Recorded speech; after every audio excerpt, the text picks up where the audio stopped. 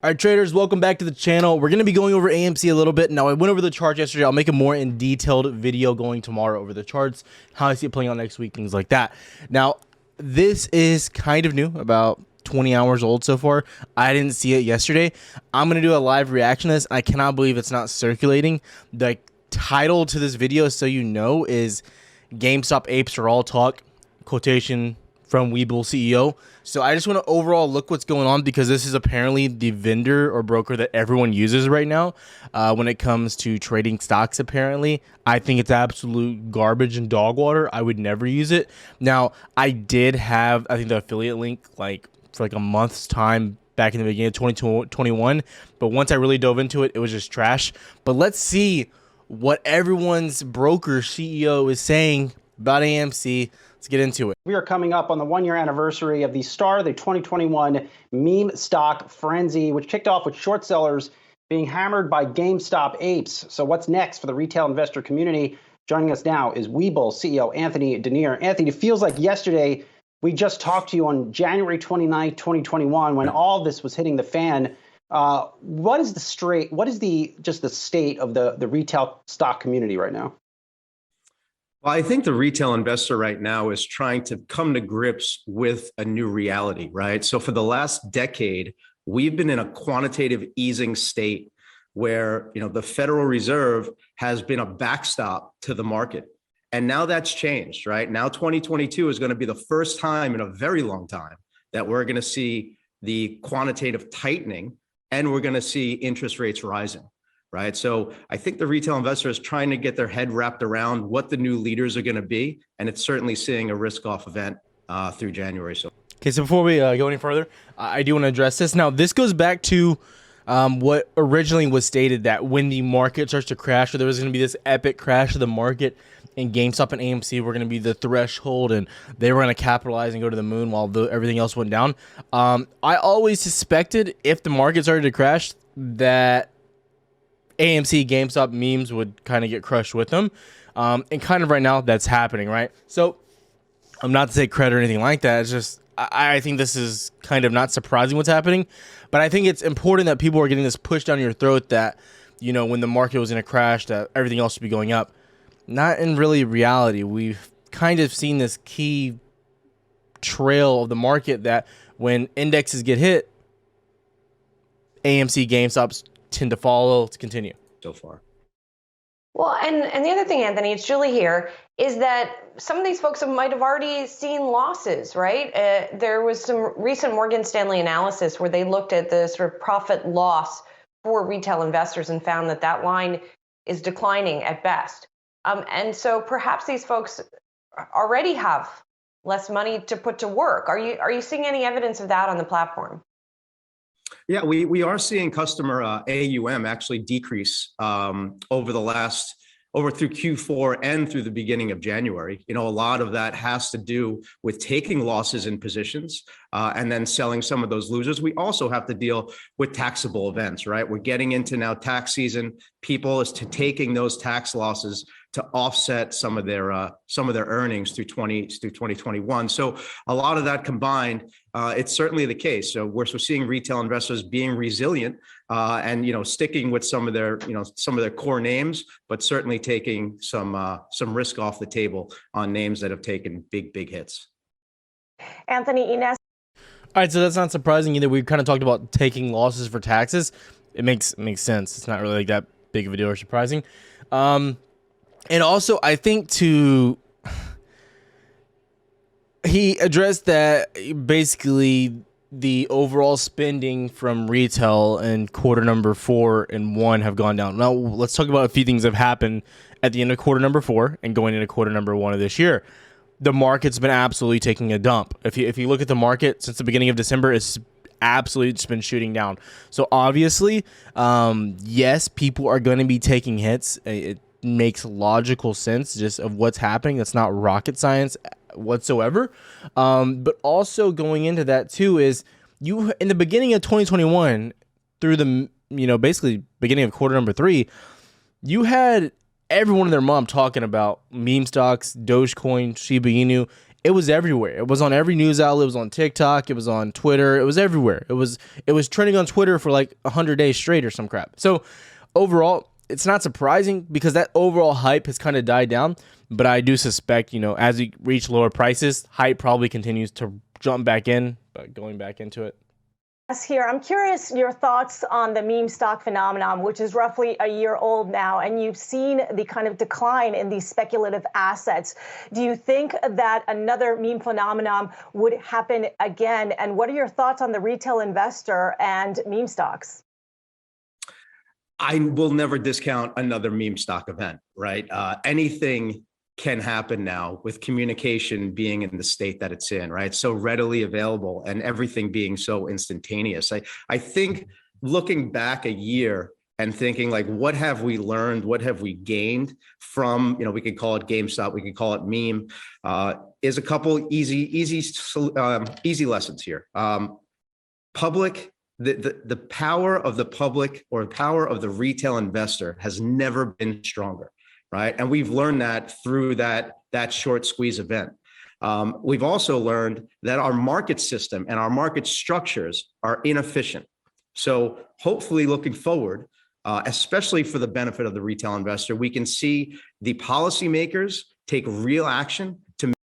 I'm not gonna really like touch on this, but like, isn't that just crazy? Like the purple line representing the short interest on GameStop, and then non-financial common stocks. Isn't that just insane? The blue line just isn't that just wild?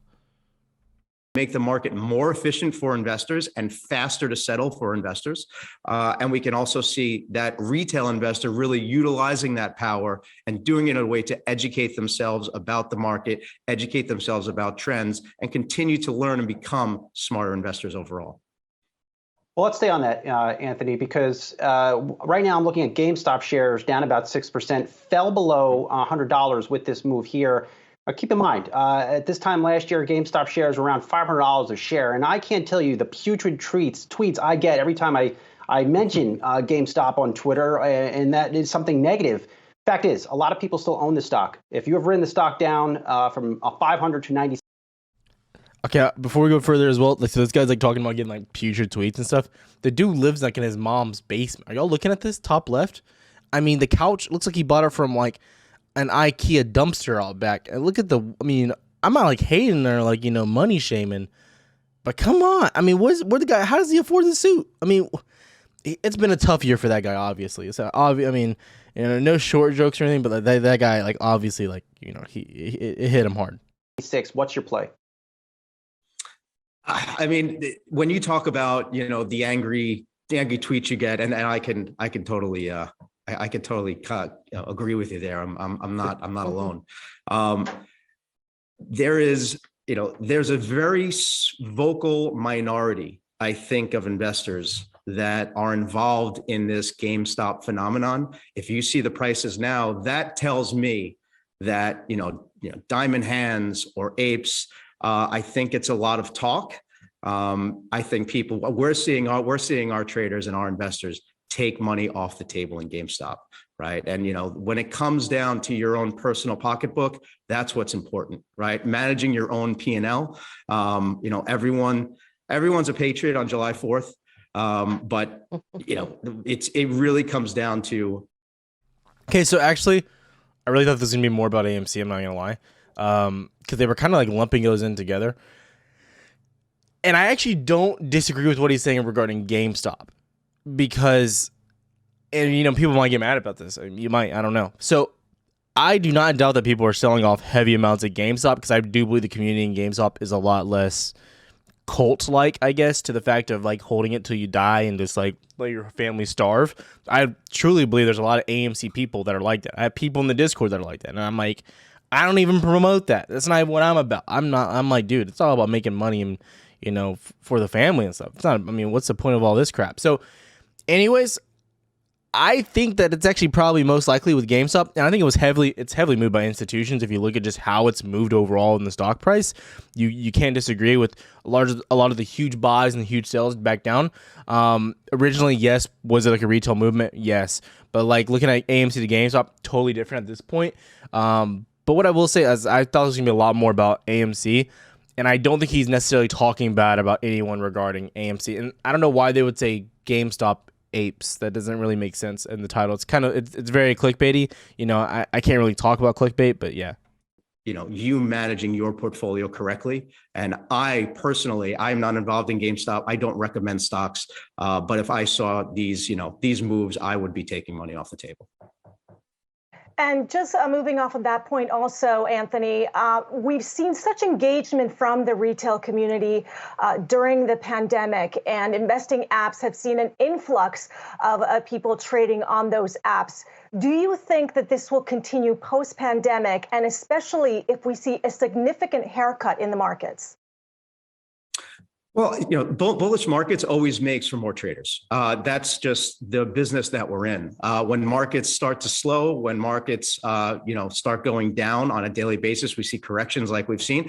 Trading definitely slows down, right? It is a cyclical and seasonal business in that sense. However, I do want to point out that this new trend, right? We call it new, and now it's several years old, but this new trend of retail investors managing their own portfolios, I do not think that that goes away. I think it's only going to increase. The traditional kind of mindset of paying some other person a ridiculously high fee to manage your own portfolio, I think is kind of going away. I think the younger generation is very DIY in terms of their own investing and their own finances. I think they're extremely intelligent and savvy and know how to utilize the tools that are available that weren't available simply 4 or 5 years ago, right? So, you know, the educational content that's out there, the influences that are out there that actually, I would say most of them actually really know what they're talking about. Like, these are leaders that are helping this younger generation become a better investor and self-sufficient, self-directed investor.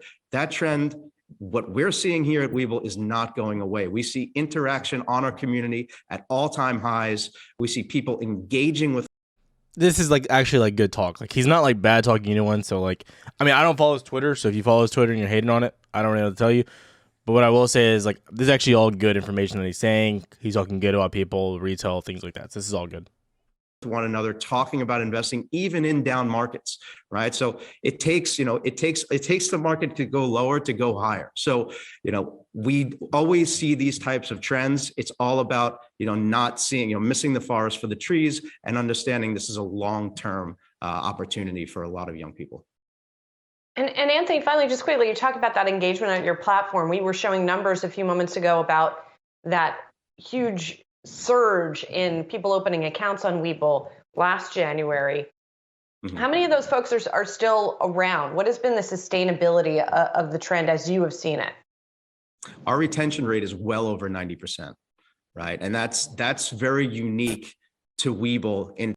That's insane. But also, he's probably not gonna go too in detail of the retainment of people that, like, you know, equity in their account from the beginning, right? Now, that might be personal information. I don't know if he could actually say that, but, you know, how many of those people have lost a lot of money and just like gambled it away? Because if you're watching this video, you know you've gambled money away in the market. So that's interesting, but 90% is absolutely ridiculous. I mean, also too, like, how many people are going to go just and cancel their WeBULL account, whether they're just taking money off it? You know what I mean? Like, Robinhood is like the only one that people are actually canceling stuff for. But yeah. In terms of the way that we create our user experience is exactly that. We're not a utility for our customers. We are an experience. We're a place for them to connect. We're a place for them to learn. We're the second largest app-based broker-dealer in the US. And we're the only large broker-dealer in the US that has a built-in community, right? Where traders and investors can converse with one another and have peer-to-peer interactions. So we're seeing really great retention even after those spikes of users. And we continue to improve our product, which keeps our customers engaged. Always good. All right, so that's going to be it for that. Overall, I mean, I don't think that was bad. I think this was very much clickbaity with GameStop apes, and I literally haven't watched that first time watching it.